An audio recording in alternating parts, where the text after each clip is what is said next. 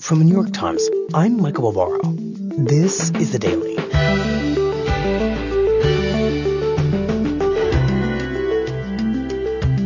Today, to much of the outside world, Hamas's decision to murder hundreds of Israelis and trigger a war that has since killed many thousands of its own people looks like a historic miscalculation, one that could soon result in the destruction of Hamas itself. My colleague, Ben Hubbard, has been reporting on that decision and the deliberate calculations that went into it.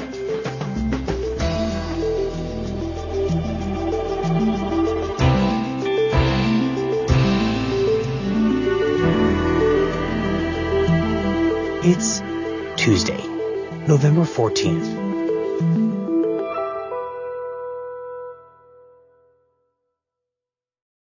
Ben, since October 7th, since Hamas breached Israel's border and killed 1,200 people, according to Israel, the vast majority of them civilians, I think a really important question has largely gone unanswered, which is why?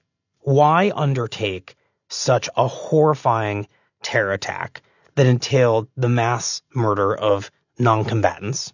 And why do that when Hamas had to understand on some level that it would trigger an overwhelming reprisal from Israel that would end the lives of so many Palestinian civilians, which is exactly what's happened. This was a highly planned and highly organized attack that clearly had a strategy behind it. So what was it? That's what I set out to understand. After the attack, I think everybody was asking that question of why would Hamas, which sort of ruling in Gaza and has this control, and, why would they suddenly do something like this that was actually described by one of my colleagues as a suicide attack on itself? Like basically was the movement trying to destroy itself? And so we wanted to sort of figure out, how did Hamas get to the point in terms of capabilities where it could launch this, which was a much, much more sophisticated and complicated attack than we had ever seen them carry out before, despite the decades and decades that they've been fighting Israel. And then also why? Like, how did they get to the point where they made the decision that of the kinds of attacks that they could do for whatever it is that they wanted to achieve, why this? Not a very easy thing to answer. Right. It's completely unrealistic that we would be able to call up the leaders of Hamas in Gaza who plotted and carried out this attack. I mean, certainly by the time that we were asking this question, they were hiding away in their bunkers somewhere, getting ready to fight Israel, which was making it very clear it was going to do a ground incursion. So, there's sort of no way to talk to these people.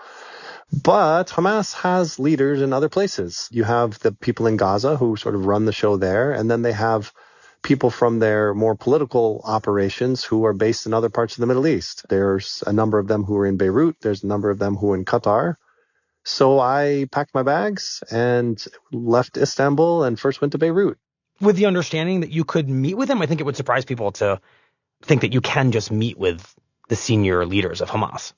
Yeah, I mean, they're sort of like political people from any other political party. They have offices and they have aides, and you call them up and you take an appointment and you figure out where you're going to meet them and you go to the office. And so we got in touch with a number of them and they said, yeah, come in and we'll have a chat. And they told us to meet them at this restaurant that's kind of well known in the suburbs of Beirut. And we actually got in their car and they drove us to this sort of compound where we went in with a sort of big metal gate that opens when you go in. And we went in and we just basically sat in a room with some couches and we talked. And then a few days later, I went to Doha, capital of Qatar, sort of on the other side of the Middle East and the Persian Gulf. Again, we get in touch with, the Hamas officials that we know are there.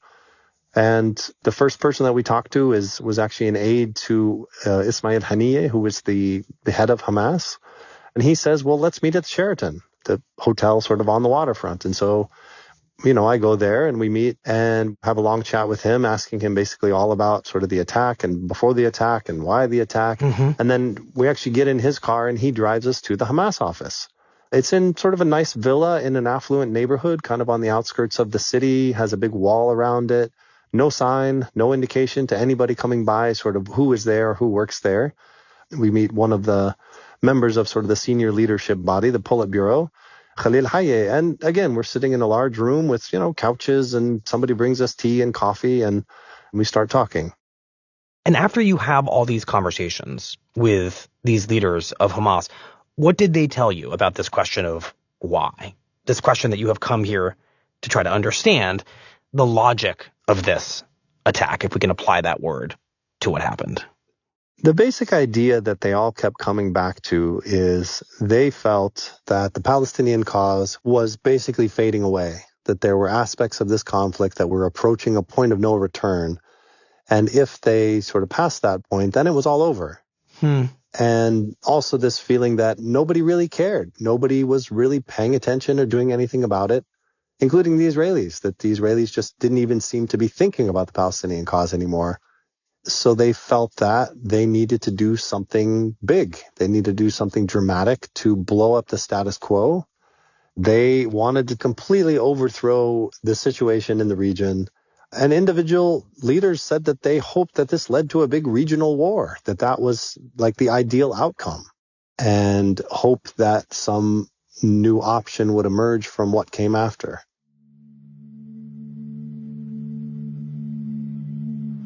So what they're telling you is they needed in their minds to light a fire, and not a small fire. They wanted to light a conflagration.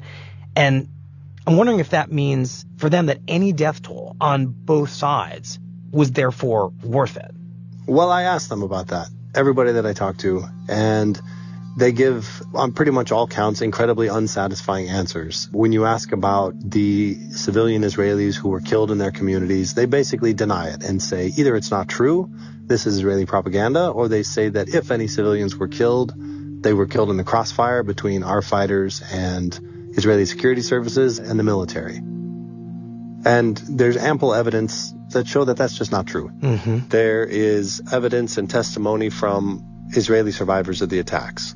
There is dash cam footage from cars that were parked in places where the attacks took place. There's surveillance footage from cameras that were posted in the communities. And there's even helmet cameras that some of the Hamas fighters were wearing that were captured by the Israelis after the fighters were killed. And so we have that footage as well. So all of this shows that regardless of what Hamas says the objectives of the attack were, that many of these fighters just moved deliberately through these communities in a very studied way, shooting and killing people on sight. My colleagues have done work proving that they cornered civilians who had taken shelter inside of bomb shelters and threw grenades inside to try to kill them while they were stuck in there. And there's other evidence that they just lit people's houses on fire on top of them. So we know that Hamas's denials are just not true.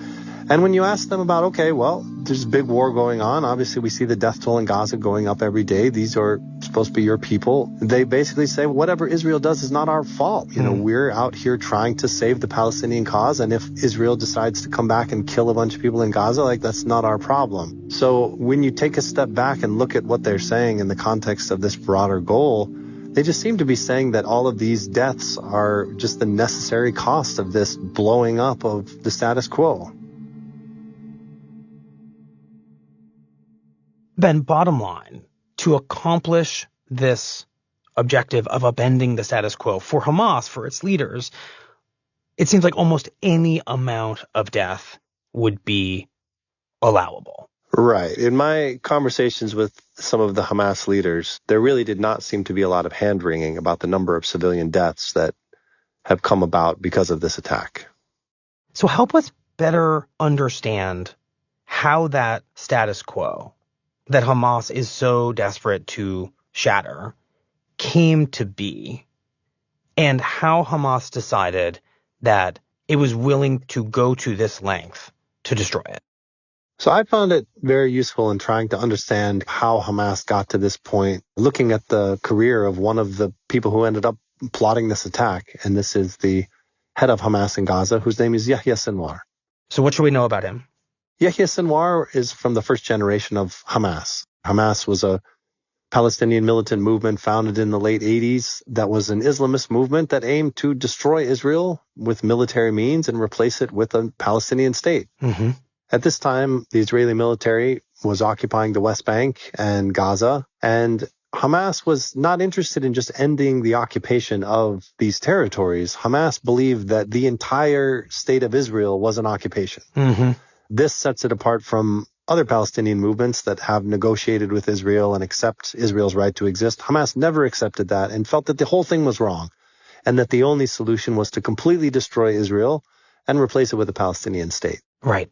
So Sinwar is from the very early generation of this movement, and from very early on, he's sort of an internal security guy. He's in charge of looking out for Israeli moles inside of the organization, and he punishes these people with such brutality that he's given the nickname the Butcher of Khan Yunis. Khan Yunis is a town in Gaza where he was born, and so he was known as the Butcher of Khan Yunis.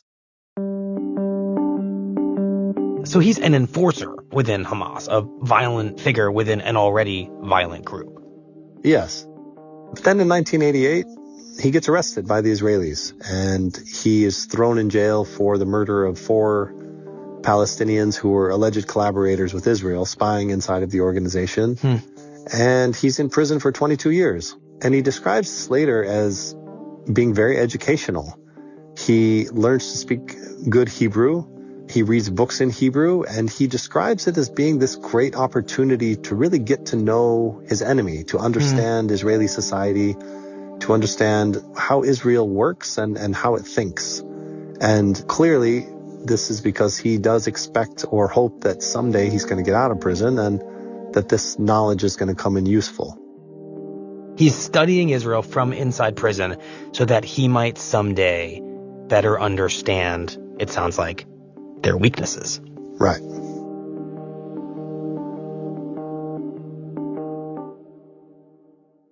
So while he's in jail, Hamas expands as a movement, and it becomes basically notorious for using very, very violent techniques to try to harm Israel.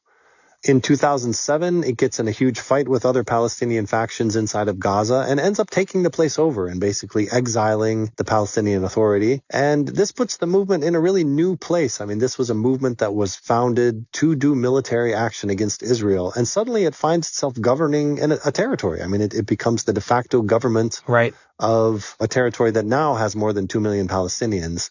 And so instead of just, wanting to launch attacks and figure out ways to, attack the Israeli military, suddenly they have to think about infrastructure and how to provide services for all these people who are technically under their rule. Mm-hmm.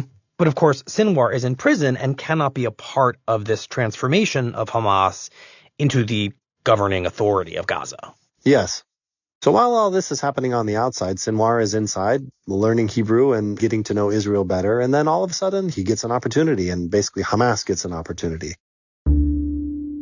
On Sunday, Palestinian fighters used a tunnel to attack a border post and kidnap an Israeli soldier. In 2006, some Hamas fighters pop up from a tunnel on the Israeli side of the border separating Israel from Gaza, and they take a soldier captive and they drag him back to Gaza and they hold him. The 8,500 Palestinians held captive in Israel, now in the spotlight following the militants' capture of the Israeli soldier. Their freedom, the single demand so far from the corporal's captors. And there are years of negotiations, and then in 2011, there's an agreement for a prisoner swap. And in the end, Hamas trades this one Israeli soldier named Gilad Shalit, and they get in return more than 1,000 Palestinians released from prison. It was just before midday that the first coachload of Palestinian prisoners came across the Egyptian border into Rafah. And among them is Yahya Sinwar. Yahya Sinwar is the only one of the group's top leaders to be freed in the deal. And Sinwar is one of the biggest prizes that Hamas gets out. And then he returns to Gaza and he receives a hero's welcome.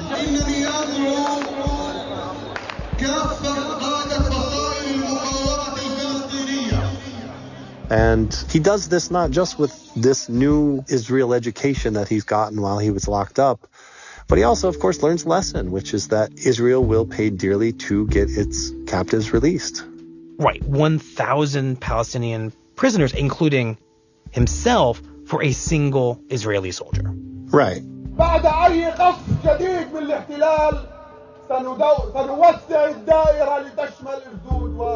And so here, returns this leader with 22 years in Israeli prison, and he comes back and reintegrates into Hamas and begins his further climb up the ranks. The Palestinian group Hamas has elected a commander of its armed wing as overall leader in Gaza. And in 2017, he actually becomes the top Hamas official in Gaza.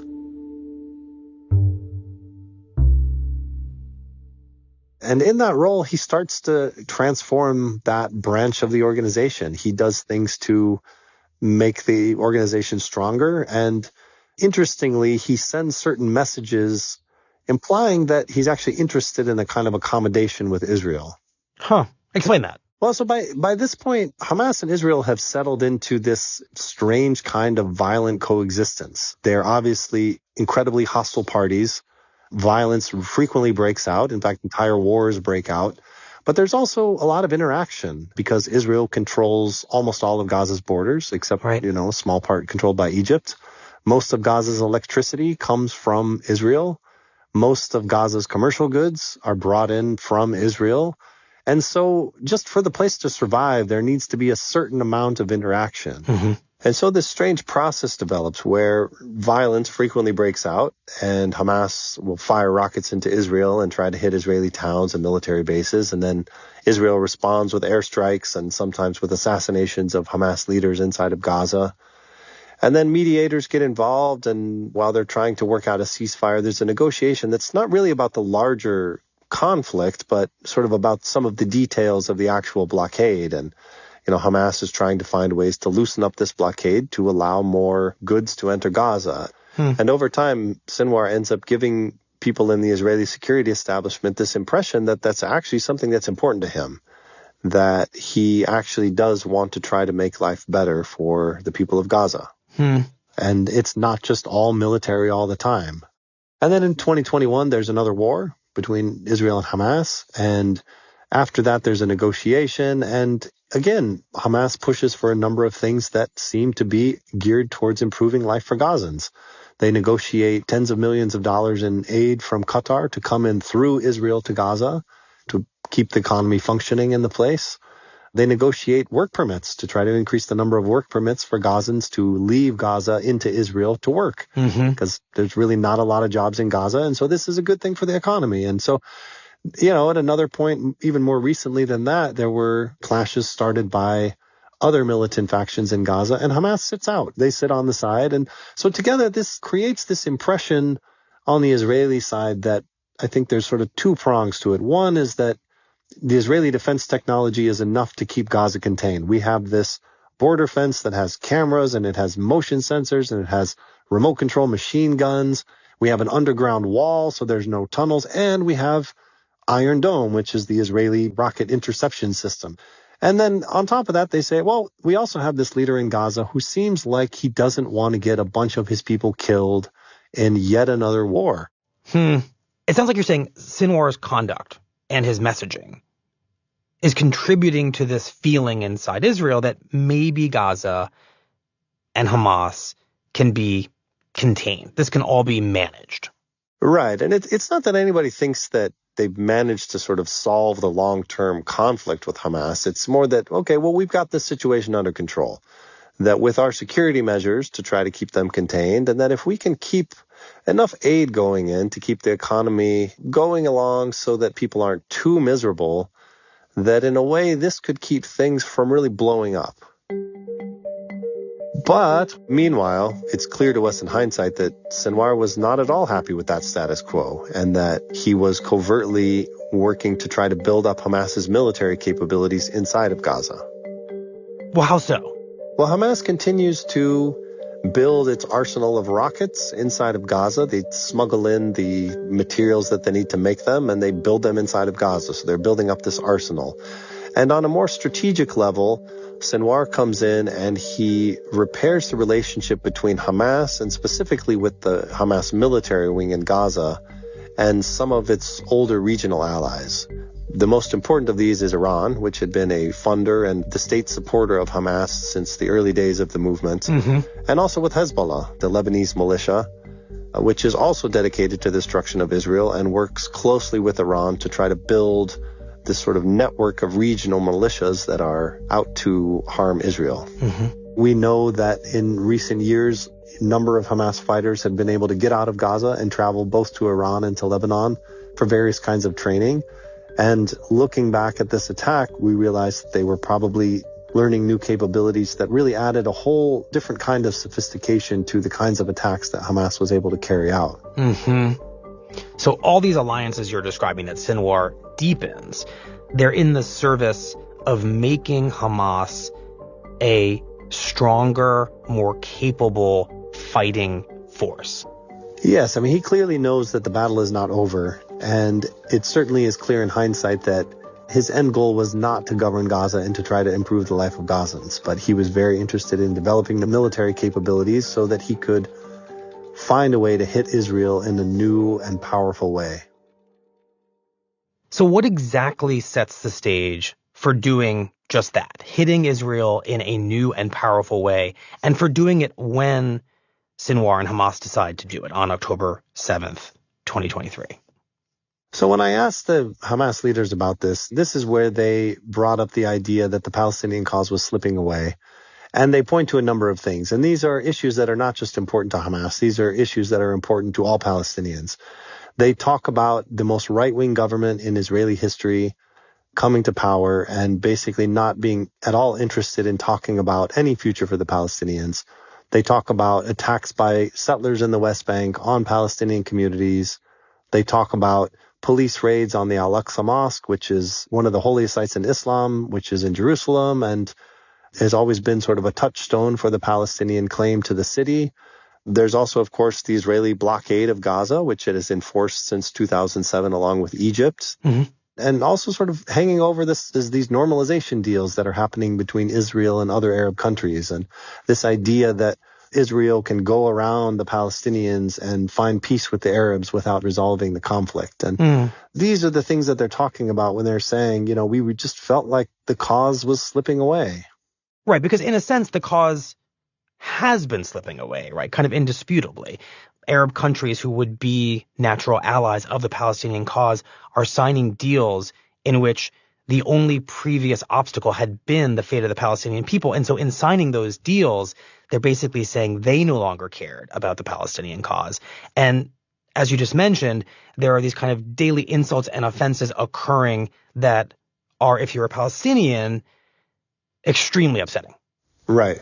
And so Hamas basically sees all of this happening and feels like this cause is slipping away. And this is where they get this idea that we have to do something, and we have to do something big. We cannot let this issue disappear. We have to bring it back to the world's attention.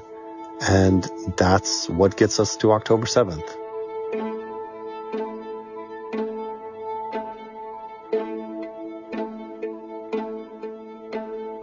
We'll be right back.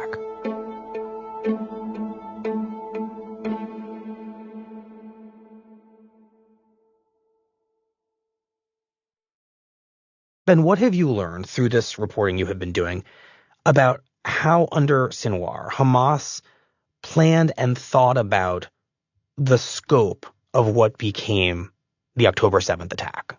So we know that they basically felt that the old model was not going to be good enough, that this idea that they would fire rockets and try to hit Israeli communities and whatever. No. This had to be much, much bigger. And so they wanted to take the fight to the Israelis. They wanted to get out of Gaza, and not just a few of them, but large numbers of them. And they wanted it to be an incredibly dramatic attack. And so they went by air, they went by land, they went by sea, they went inside of Israeli military bases, they went inside Israeli communities and killed a lot of people and took a lot of prisoners, and they managed to bring a lot of these hostages back to Gaza. And Sinwar knows better than anybody how much the taking of one Israeli captive can change the situation. Right. And we know that when they launched this attack, they were seeking captives. They wanted to find people and bring them back to Gaza. And we also know that this attack was much, much more successful than even its plotters had anticipated. And so now the fact that Hamas, instead of just one Israeli captive, has somewhere around 240, it just pushes the entire conflict into this uncharted territory where nobody really knows what comes next. Well, let's talk more about the aftermath of this brutal attack and how, Ben, in your reporting, you've been trying to understand whether Hamas did what it set out to do, given the original aims, as you have described and reported them, of exploding a status quo. I mean, how should we think about measuring this idea, this complicated idea, that this was, to use Hamas's word, a success? Well, I think in the fundamental sense of setting out to shatter the status quo, then, yeah, this accomplished that. Gaza's never going to go back to what it was. I think in terms of the goal of putting the Palestinian cause back on the table, I think it was true that not many people were paying attention to it just over a month ago. And now, because of Israel's ferocious response to the Hamas attacks and the bombing of Gaza, now we're seeing protests coming out all over the world and different cities in the U.S. talking about Palestinian rights in a way that we have not seen before. Mm-hmm. And there's also this sort of frantic diplomacy that started. And you have U.S. Secretary of State Anthony Blinken flying around and talking about the two-state solution and how to make progress on it. And so the issue is on the table in a way that it was not before this attack. Mm-hmm. And then in terms of this idea of sparking this big regional war, that has not happened, at least not to the extent that Hamas had hoped. There has been fighting on the Lebanese border with Hezbollah. There have been attacks in Iraq, but we have not seen this sort of huge uprising and the rest of the Arabs kind of joining the cause to come and try to help Hamas destroy Israel. Ben, that feels important to dwell on for just a moment. If Hamas's militant allies in the Middle East, Hezbollah, for example, don't become more involved in this conflict, will that be a signal that the Palestinian cause is not likely to stay top of mind for very long, and that ultimately one of the main objectives of October 7th will have failed? I mean, one of the most surprising things I think for me about all of this is that Iran and its regional militias, including Hamas, had been talking for a long time about how they had built this axis of resistance and how they were much more integrated and they were sharing technology and sharing information. And there's this idea that they had put out that if there was a war against Israel, all the pieces would fall into place and it would be like this big sort of militant Voltron that would come together and fight Israel. And that's not what happened. I was quite surprised in the reporting that we don't have any indications that Hamas coordinated this attack with anybody or that they let anybody know that it was coming. Hezbollah's response was quite cautious at the very beginning. They're now clashing with Israel on the border, but they've done it in sort of a controlled way to keep it from escalating into a bigger war. And so it sort of raises this whole question of this idea of this big regional militia network. Well, maybe it's not as coordinated as we thought. I mean, if Hamas is actually going to be the one to pull the plug on this big war and these other guys don't actually want to join it in the same way that Hamas is doing it, then maybe this network is not as tight as we expected it was. Mm-hmm. So yes, Hamas has put the question of the Palestinians back on people's minds, whether it's demonstrators or, like Blinken, diplomats. But to what end? I mean, ideally, from the point of view of Hamas, the end is a Palestinian state and the elimination of Israel. It seems like Hamas is no closer to that now than they were before October 7th.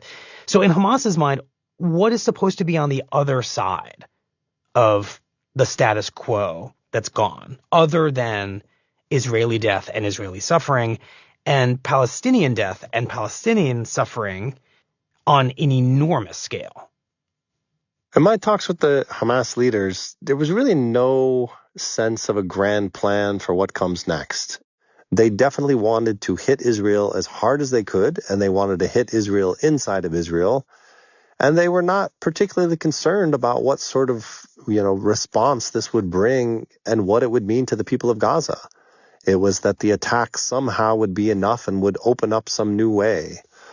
Now that we're 5 weeks into this, I think it's also worth pointing out that Israel doesn't appear to have a grand plan either. The stated goal is to destroy Hamas, and Israel can probably make a lot of progress on that. They could kill a lot of the Hamas leaders. They can degrade its military capabilities. But then what? there's not really any plan for who's going to run Gaza once this is all over. And so where does all this get us? I mean, I think, it's difficult to tell the future, but there's a few possibilities. One is that the violence gets so bad and the destruction gets so great that people get sort of disgusted with it and decide that there has to be some new way forward. There has to be a new way to try to figure out how to keep this cycle from continuing. But it's also sadly possible that Israel will go in and do whatever it feels that it needs to do in Gaza, and the world could move on, and people could go back to forgetting about the Palestinians, and we could end up in a kind of status quo like we had before, but one that's even worse for the people of Gaza. And Israel has been trying to destroy Hamas for a long time, and this time they may make a lot of progress. They may kill a lot of their leaders, and they may degrade their military capabilities, but there's still going to be 2 million Palestinians living in Gaza, and most of them are children. And after all the trauma of living through a war like this, it's just very hard to imagine that they're going to grow up and feel like they want to live peacefully next door with Israel. And it's certainly not hard to imagine that some other organization could come up and that it's not going to have a hard time finding recruits.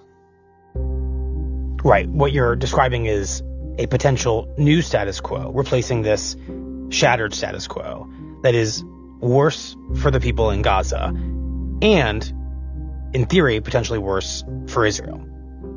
Yes, I think that's the worst case scenario for how this could all end.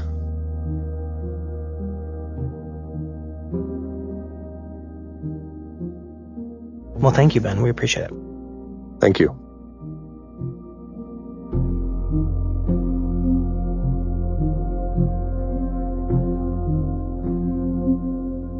We'll be right back.